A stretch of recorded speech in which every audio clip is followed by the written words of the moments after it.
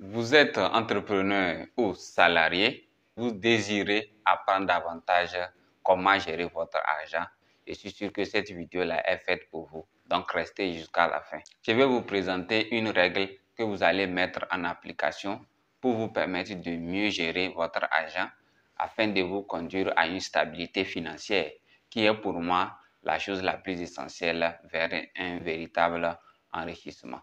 Donc, restez jusqu'à la fin de la vidéo.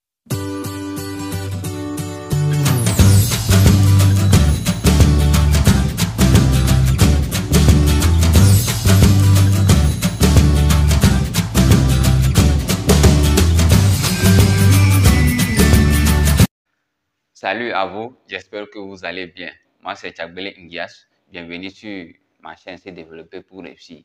Ici, nous parlons de développement personnel, nous parlons de l'entrepreneuriat et tout ce qui concerne nos comportements. Parce que je reste persuadé que nous ne pouvons jamais réussir sans changer notre comportement. Donc, si vous êtes intéressé par l'une des thématiques, c'est que vous êtes au bon endroit. Abonnez-vous et activez la cloche de notification pour ne plus rater nos prochains vidéos parce que nous publions des contenus comme celui-ci qui va vous permettre de faire un pas vers la réalisation de votre objectif. Donc, restez jusqu'à la fin. Avant de commencer, je vais vous inviter tout simplement à aller regarder. La première vidéo, c'est comment avoir du succès dans la vie facilement. Et la seconde vidéo, c'est 3 actions pour être riche. Je vous ai mis les liens de ces 2 vidéos dans la description. Donc, il faut aller suivre ces vidéos pour comprendre la pertinence de celle-ci. Nous allons parler aujourd'hui de la règle de 50-30-20 qui nous a été donnée par une Américaine du nom d'Elizabeth Warren et sa fille. Et après leurs 20 ans, en tout cas d'expérience, elles sont parvenues à une conclusion assez simple selon laquelle pour pouvoir avoir une stabilité financière dans sa vie, il faut forcément maîtriser ses dépenses. Et on n'est pas obligé de rentrer dans des calculs aussi complexes pour pouvoir maîtriser ses dépenses. Il faut simplement regrouper, en tout cas, toutes ces dépenses en 3 catégories. Et la première catégorie, c'est les besoins essentiels. La deuxième catégorie, c'est les plaisirs. Et puis la troisième catégorie, c'est l'épargne. Donc, lorsque vous recevez votre salaire pour les fonctionnaires ou bien votre revenu mensuel, vous devez répartir ce revenu-là en 3 groupes. Donc, il y a 50% de votre revenu qui doit être consacré aux besoins essentiels et 30% de votre revenu doit être consacré à vos plaisirs au cours du mois et puis 20% sera mis de côté comme épargne, très important. Ce qui nous donne tout simplement la règle de 50-30-20. Nous pouvons inclure dans les besoins essentiels le loyer qui ne doit pas dépasser 1/3 de votre revenu, bien sûr. Et également, on peut ajouter les déplacements pour aller au boulot, la santé, l'alimentation et les assurances. On peut ajouter également les factures d'eau et d'électricité. En tout cas, tous les besoins, si vous ne les faites pas, votre vie sera bouleversée. Donc, vous allez juste les mettre dans le besoin essentiel.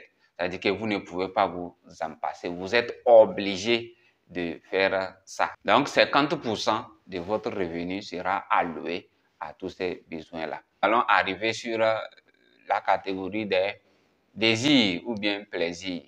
Donc, il s'agit tout simplement des abonnements de télévision, les abonnements de Wi-Fi.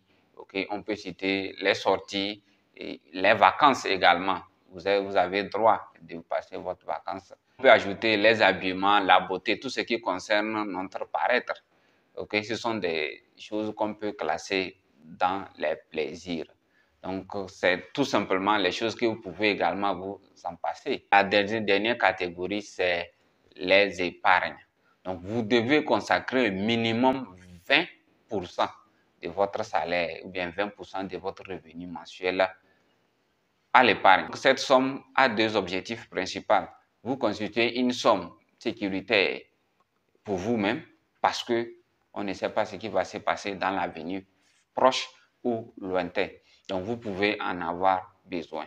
Et également, ça va vous permettre de constituer un fonds de départ pour lancer vos projets, un fonds de départ pour pouvoir lancer votre entreprise. J'ai fait une vidéo concernant cela Donc, il faut retourner regarder cette vidéo. Je vais vous mettre également les liens dans la description. Donc, vous allez comprendre, j'ai expliqué là-bas l'importance de mettre l'argent de côté pour pouvoir lancer ces projets ou bien pour pouvoir lancer ces entreprises. En bonus, qu'est-ce que vous pouvez faire si vous n'arrivez pas, si votre dépense n'arrive pas à respecter cette règle? Mais je vous rappelle déjà que cette règle, elle est assez générale. Donc, c'est à vous de la rendre beaucoup plus particulière en fonction de votre objectif immédiat ou lointain. Tout dépendra de vous. Et par exemple, vous pouvez revoir si vos 50% de votre salaire ne peut pas suffire à votre besoin essentiel. C'est que vous devez revoir premièrement au niveau de votre loyer. Est-ce que vous ne pouvez pas changer de chambre? Est-ce que votre loyer n'est pas aussi cher? Parce que votre loyer ne doit pas dépasser un tiers de votre salaire. Donc, si votre loyer dépasse un tiers, l'une des choses que vous allez faire, c'est de changer un appartement un peu moins cher. OK? Ou bien, vous allez revoir votre assurance. Vous pouvez checker d'autres assurances pour voir si vous pouvez trouver une assurance qui est moins chère que celle dans laquelle vous êtes. Ou bien, vous pouvez vous rapprocher de votre service pour pouvoir diminuer les dépenses ou bien prendre les voitures en commun et laisser votre voiture personnelle qui va vous consommer plus d'argent en déplacement. L'une des choses que vous pouvez faire, c'est de revenir sur la partie des plaisirs. Donc l'argent, les 30% que vous mettez de côté pour vous faire plaisir, tout simplement, vous pouvez faire un sacrifice là-bas. Vous pouvez éliminer certains plaisirs. Par exemple, même s'il est important de courir, de faire du sport, mais vous pouvez aller courir ailleurs que dans une salle de gym. Ça vous permettra d'économiser l'abonnement de la salle de gym. Donc, vous pouvez aller dans des restaurants un peu moins chers. Si vous êtes endetté, ce que l'épargne va vous permettre de payer votre dette. Une fois que vous allez finir de payer votre dette, donc vous allez utiliser cette épargne-là pour garantir votre sécurité. Si cette vidéo vous a plu, n'hésitez pas à me laisser des commentaires. Je serai ravi de vous lire. Et laissez-moi un pouce bleu pour montrer vraiment à YouTube que c'est un contenu très intéressant. Et abonnez-vous si ce n'est pas encore fait et partagez la vidéo autour de vous parce que je suis sûr que cette vidéo-là aidera beaucoup de personnes à pouvoir sortir de leur situation. OK? Et on se dit à la prochaine fois. Bye bye.